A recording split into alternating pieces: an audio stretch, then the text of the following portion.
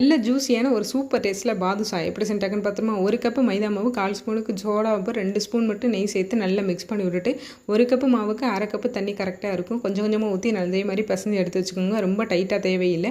20 நிமிஷம் மூடி போட்டு மூடினதுக்கு அப்புறமேட்டு எடுத்தீங்க அப்படின்னா மாவு நல்லா சாஃப்ட்டாக வந்திருக்கு. இப்போ பூரிக்கெலாம் எப்படி குட்டி குட்டியாக பால்ஸ் போட்டு உருட்டுவோம்ல, அதே மாதிரி உள்ளங்கை வச்சு நல்லா அழுத்தம் கொடுத்து உருட்டிட்டு ஒரு விரலை வச்சு லைட்டாக ஓட்டை போட்டுட்டிங்க அப்படின்னா சூப்பராக ரெடி ஆகிரும்.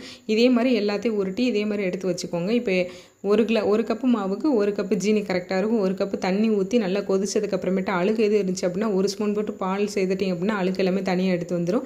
இதோட கலருக்காண்டி நான் ஒரு 1/4 ஸ்பூன் மட்டும் கலர் பவுடர் சேர்த்துருக்கேன். ஒரு கம்மி பதம் வந்ததுக்கு அப்புறமேட்டு கொஞ்சமாக லெமன் ஜூஸ் புளிச்சு தனியாக எடுத்து வச்சுக்கோங்க. இப்போ எண்ணெய் காய வச்சு எண்ணெய் வந்து நல்லா அடுப்பு சிம்மிலே வச்சு பொரிச்சுக்கோங்க. அப்போ தான் உள்ளெல்லாம் நல்லா வெந்து வந்திருக்கும். இதே மாதிரி வந்ததுக்கு அப்புறமேட்டு நம்ம எடுத்து வச்சிருக்க சுகர் சிரப்பில் சேர்த்துட்டு ஒரு 10 நிமிஷம் மட்டும் எடுத்துட்டிங்க அப்படின்னா சூப்பராக ஊறி ரெடியாக வந்திருக்கும். வீடியோ பிடிச்சிருச்சு அப்படின்னா லைக் பண்ணி ஷேர் பண்ணிவிட்டு சேனலை சப்போர்ட் பண்ணி சப்ஸ்கிரைப் பண்ண மறந்துடாதீங்க.